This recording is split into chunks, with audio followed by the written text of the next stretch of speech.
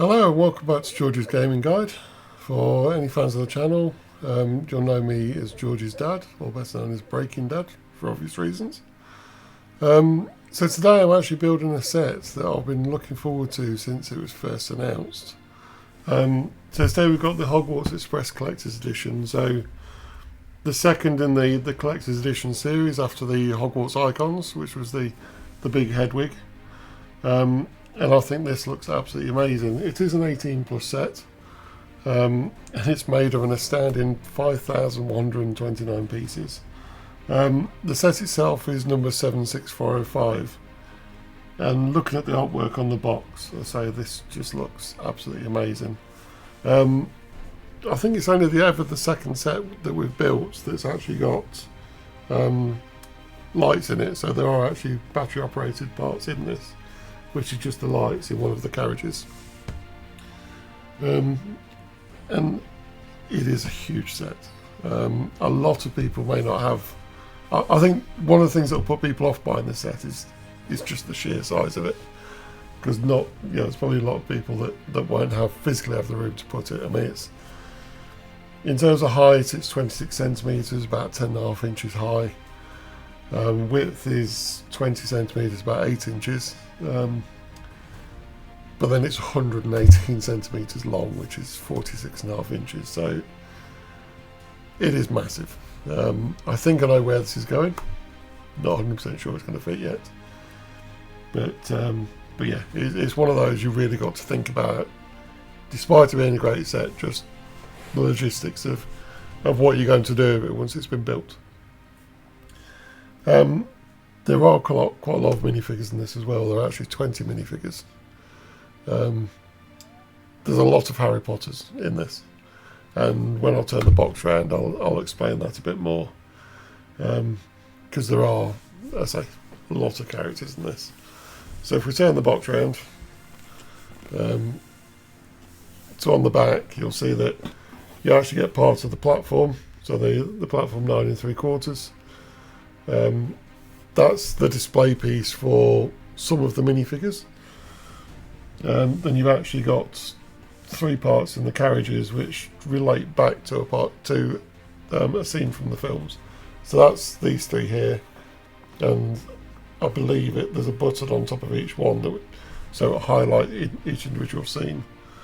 So the first scene that you have, which has got Harry, Ron and Hermione, is the scene from the first film where they actually meet for the first time, and Harry buys everything on the sweet cart. The second scene, I believe, is from the third film, which is where the Dementor attacks Harry. So again, you've got Harry, Hermione, Ron and Professor Lupin. The third scene is, I believe, in number 6, which is where Harry's been beaten up by Draco. Forgot his name completely there for a moment.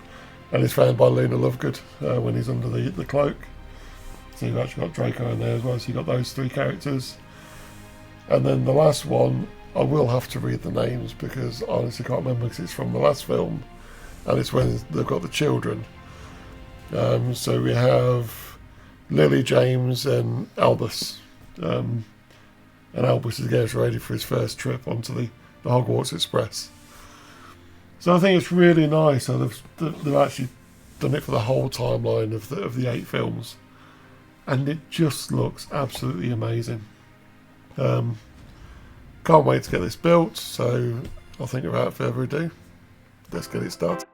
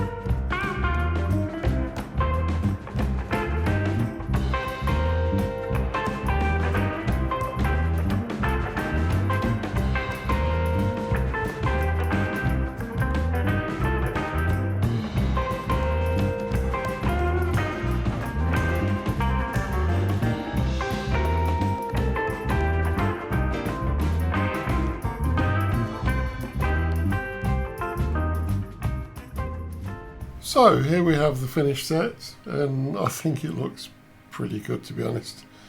I was quite impressed with the build on this. I do like the way that they split the set up. So it's actually designed to be able to build with multiple people doing it. So it's actually 4 books: a book for the engine, book for the coal carriage with the track, book for the rear carriage which has got the different scenes in it, and a book for the platform. So I think that's actually really good. One of the things I've noticed as well on this set, which they don't tend to do normally, is they had 45 bags, 45 numbered bags, but there were no multiples of numbers. So if you needed more than one to do a certain section, you emptied, for example, 8, 9 and 10 at the same time onto the table. May not sound anything particularly good, but what it means is that you haven't got to worry about there being small bags that go to the bottom or anything that you just can't find, because you know if you pick out that number, you've got everything you need. So I quite like that, and I'd like to see that ongoing. But it's going to be interesting to see how it is when we have the paper bags as well. When George got the Line Knight's Castle, it actually had the thing in there saying we are changing the paper, but I've still not seen any yet. So maybe the Razor Crest might be the first one that we build with the paper bags.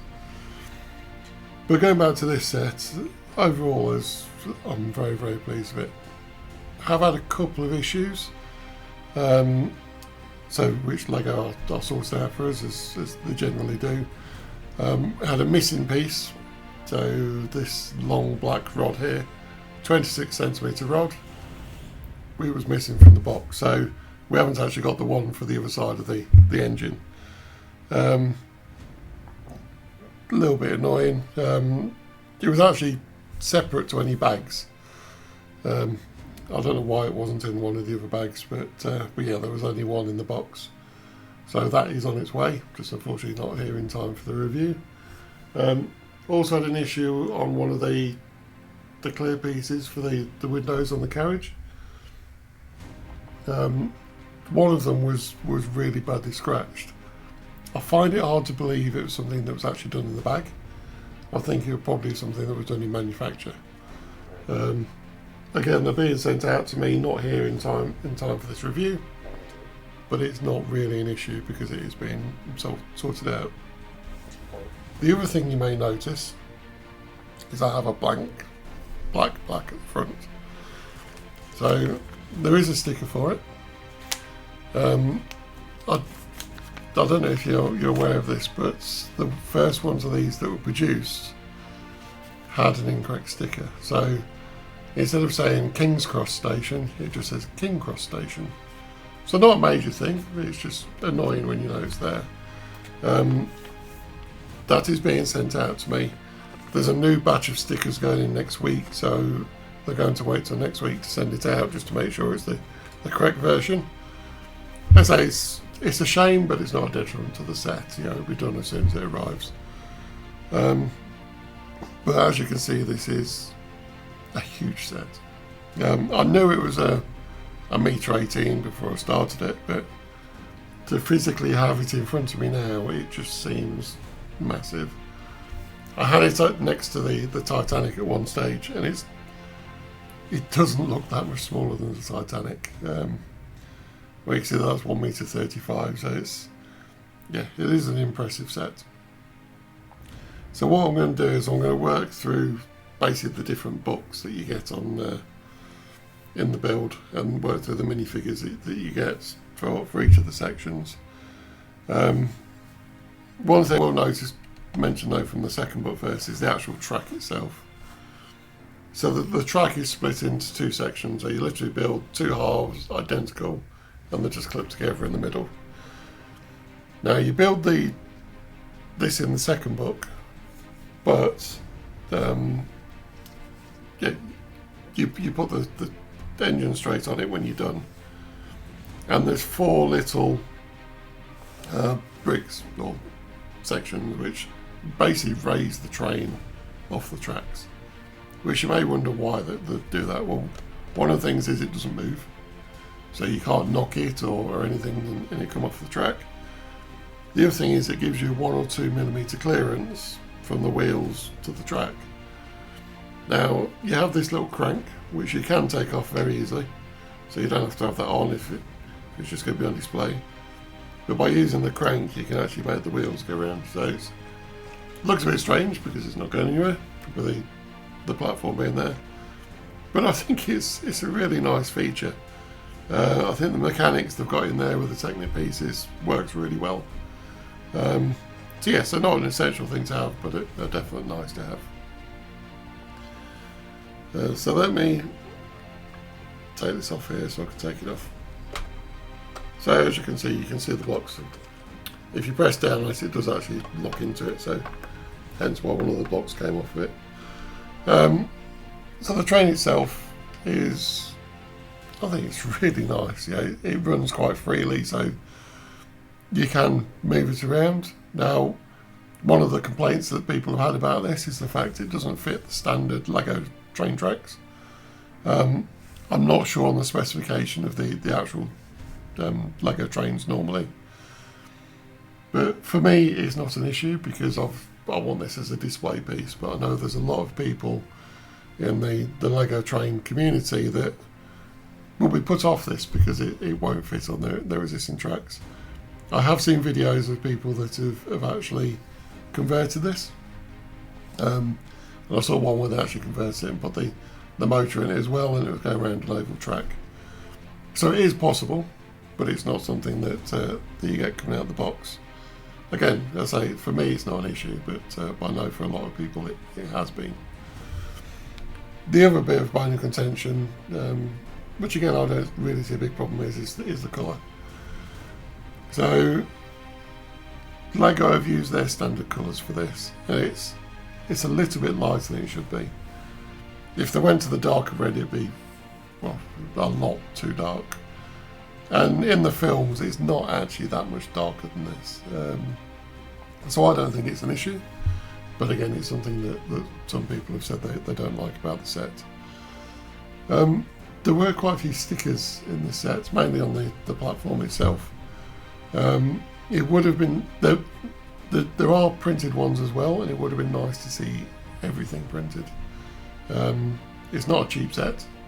They did it for the Lion Knight's Castle. There wasn't a single sticker in the Lion Knight's Castle, but there are quite a few stickers in this. Again, it doesn't really take away from the set, but it's something that I would have liked to have seen included.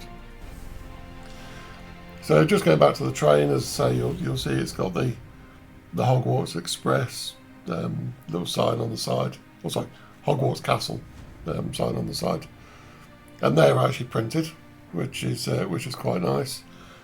You have the numbers of the engine, which are stickers. In the back, we have our first minifigure. Just taking it out so it's easy to see. We'll see it on the side of the screen as well. So we have the train conductor. So it's a nice little print. I'll say nothing particularly special, but it is quite nice. And then on the front of it, we have. Wish I got my. There you go. So a bit hard to see, but we have. These are both stickers. You have the engine number. I'm going to try to put it down. Might be easy to see. So you have the engine number, and it says Hogwarts Express on the one above it. But overall, I think it's a really nice build. Some nice details. One thing I don't like is these. They probably could have done with a rod going through it as well, because they do come off fairly easy. So you need to be a bit careful of that. But overall, it's nice. It's nice quality. It's got a good weight to it as well. So but you'd expect that with 5.5 or 5,000 pieces.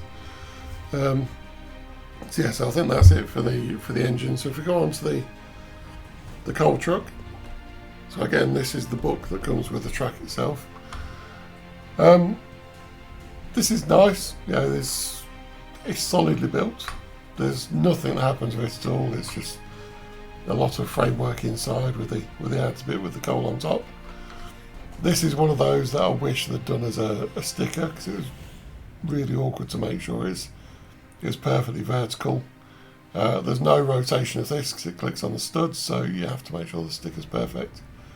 And then the ones either side to try and make sure it's equal spacing, because they're actually curved around the edge of the white piece. In the book it shows you to put them on before you put the white piece on. It's probably the easy way around, so you can make sure you get your spacing correct. But again, it's just a nice little piece. So they do all lock in together, so the carriage to the rear locks into the one to the front, and that goes all along. So once you actually put it in place, there's no knocking it off. And then next we come to the biggest part of the biggest book within this build, which is the carriage itself. Now, there's quite a bit of weight in this carriage. It does move quite freely, but this is where they basically show different parts of the Harry Potter story. There are little lights on top, but I think it's going to be hard for you to really see that because of the light that's on at the moment. But it does put an orange light into the train, so you can actually see different scenes. That's how I'll take the front off in a minute so you can see it. One thing I'm not too keen on the fact is a bit too much of a spotlight. So some of the areas inside still remain quite dark, but overall it works and it is quite nice. So one of the things you can do is actually dismantle the parts of the train so you can get access to the minifigures. I think it's so you can sort of use it as a playset if you like, but to be honest, it's really awkward to get the minifigures in. So you actually put them in before you finish building it, because you put bits above them and it's just really awkward to get to. You also have a section at the rear because there's two characters at the back. You've got Dementor and Hermione at the back of the carriage, and there's no way you'd be able to get to them from the front. And then finally you have two other sections. You have a section at the front, a section at the rear where you can take the roof panels off. Again, it's so you have access to the inside. I'll try and hold it up so you can see you've got small sections in there. But again, it's a bit too small to make it playable. There's lots of pieces of individual studs on, so you have a lot of places you can put the minifigures. But I've actually gone for the standard configuration. So we'll start working through the train. So we have 3 working doors, which are quite nice and solid. Then inside here you actually have the trolley witch. So she should really be part of this scene, but there's not enough room at the back. So it's nice that they included her, but it would have been nice to have seen her in the scene. There's a frog in there. I think it is Neville Longbottom's. I'm not 100% sure. And then there's some suitcases. I believe there's a Slytherin, a Hufflepuff, and Ravenclaw colours on them. So that's quite nice. Just a nice little bit of detail. And then we come to the actual scene. So for each of these, you'll see a little plaque. Now the plaque actually has something that one of the characters said in the scene. I think just to differentiate the scene, so it's a bit clearer what's going on there. So on this one, the quote is actually something that Hermione says, which is, "Has anyone seen a frog?" Where I think she's trying to help find Neville's frog. So we have all 3 characters have very short legs as well, because they've tried to change the height slightly of the characters as we go along to show that they're growing up. We have Hermione in her standard Hogwarts gear, so it's with a robe and everything, and her wand. Inside we have Harry and Ron Weasley, again looking very, very young. And we also have a Scabbers in there. And this is the scene from the first film where Harry actually buys everything that's on the sweet cart from the Trolley Witch. So again, there's quite a bit of detail in there. I don't know if you can just about see the light coming on there. So there's quite a bit of detail. And it's really nice actually. So if we move across to the next carriage, or the next compartment, and then we move across to year 3, which I think was the Prisoner of Azkaban. So in this one we have Hermione and Ron in the corner.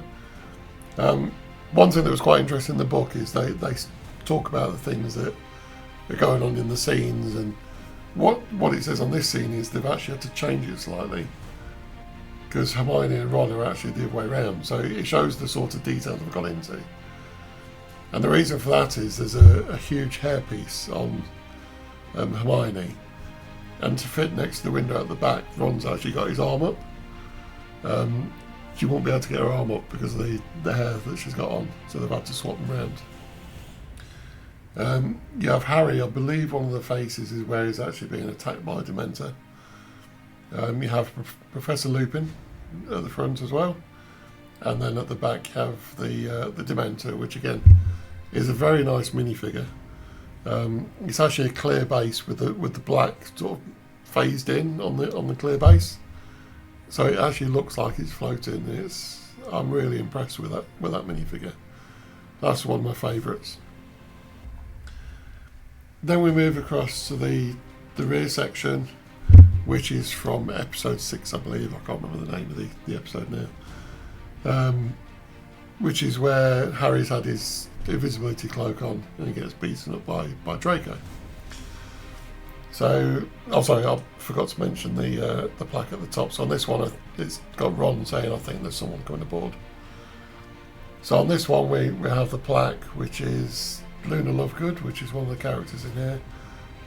10 rack spurts, your head is full of them to Harry. Luna is actually a really nice figure on. She's got a normal face, which almost looks like she's a bit scared on the normal face. Or she's got the one that I've got it set up with, where she's wearing the glasses that allows her to see the rack spurts. So that's quite nice. And then Harry, again, got a normal face, or the one we've got one is where the glasses are broken, so they're actually an angle across his head.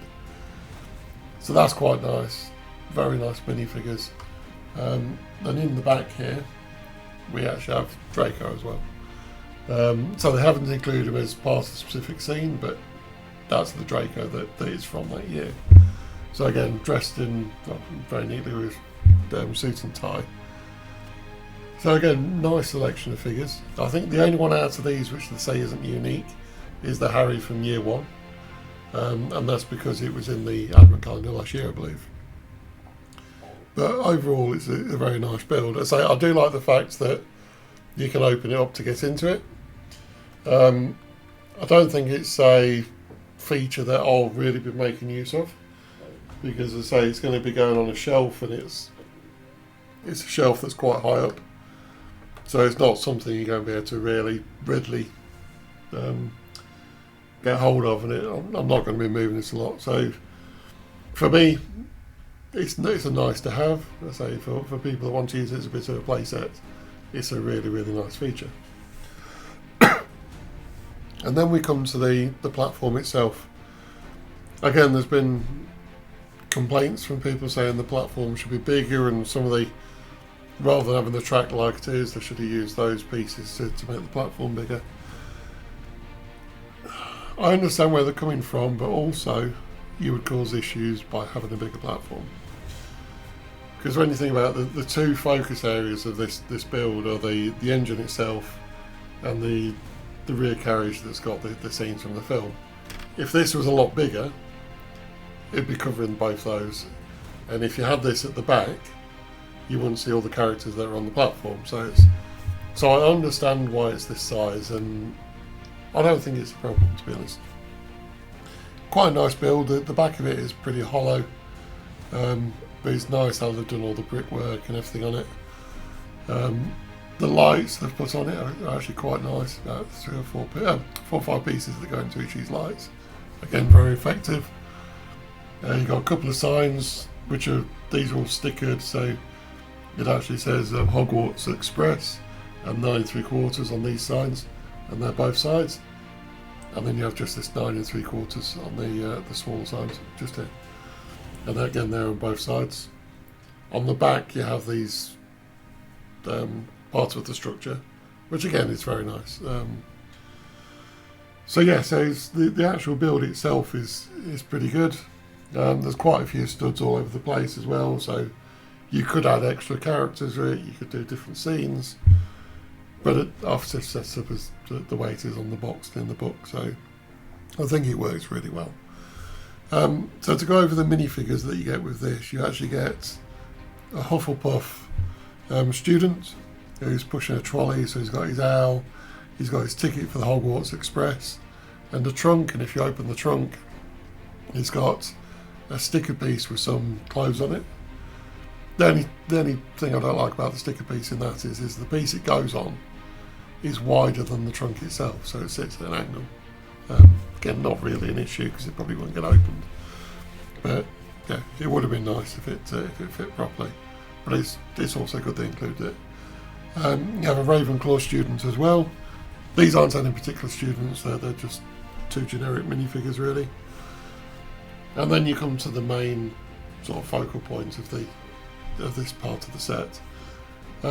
So this is actually a scene from the final Harry Potter film, where Harry Potter and Ginny are grown up, and it's their children that are starting to go to Hogwarts. So the actual saying here on this one is by Albus Severus Potter, who's the small one, and saying, let me just check the wording. Dad, what if I'm put in Slytherin? Is the wording it's got on this. So the characters, the minifigures themselves are really nice. So you got an older looking Harry Potter. I believe he's got stubble and everything, so it's quite nice the way they've done that. You've got Lily Luna Potter, who's the young daughter. You've got Ginny Potter, or Ginny Weasley, whichever way you want to say it. You have James Sirius Potter, and then Albus Severin Potter, or Severus Potter. So it's a really nice selection of figures, and they're all unique to this set as well. And then for the trolley he's pushing, he's got his trunk, which has got some different clothes to what you have in the one for the older student. You've got the invite to Hogwarts, and in the front you've got a little container that's got one of the wands in it. So again, plenty of detail in there. There's one other thing you get in this set, and I really like it. I don't know whether it's a ploy by Lego to try and get you to build to buy a different set, because one of the things they include is actually a ticket for the Hogwarts Express, and there's not actually anywhere for that to go on this set. It's designed to go with the Hogwarts icon set, which is the one with the owl. So I think it's actually really nice for them to include this, but as I say, I don't know whether it's applied to try and get people to buy the icon set to be able to put it on. And I wonder if for the collector's sets, if they are going to keep bringing them out, whether this is a sign of things to come, that for each of the collector's sets you'll have something that will go onto the icon set and keep building it up as the sort of memorabilia or icons as it says for that set. But yeah, I think that's really nice. It is a printed piece, and it's a really nice print on it actually. Overall, like I say, I think this is fantastic. Probably we're in the top 2 or 3 builds we've done this year, maybe even the best build I've done this year, and definitely in the top 10, if not nudging on the top 5 of the sets we have in our collection. I know some people won't agree with that, with the fact it doesn't fit on the normal tracks and the slight colour differentiation, but overall I think it's really good. So I'd love to hear your comments on that, whether you agree with what I'm saying, whether there's if any questions you want to know about the set. And please give me a like, it helps George's channel if we get the likes. So I think I'm going to leave it there. One final thing to say is just, I know it's a big set. I know it's an expensive set, but it would look great in anyone's collection. Yeah, if you have the space, I would recommend this one, definitely. But yeah, overall, it's great. So, if you haven't already, it'd be great if you subscribe to George's channel, because again, it really helps his channel. And as I say, hopefully we'll see you with the next video, which I'm not quite sure what it is yet. So there will be another video on Wednesday. So please keep an eye out for that. And thank you for watching, and we'll see you soon.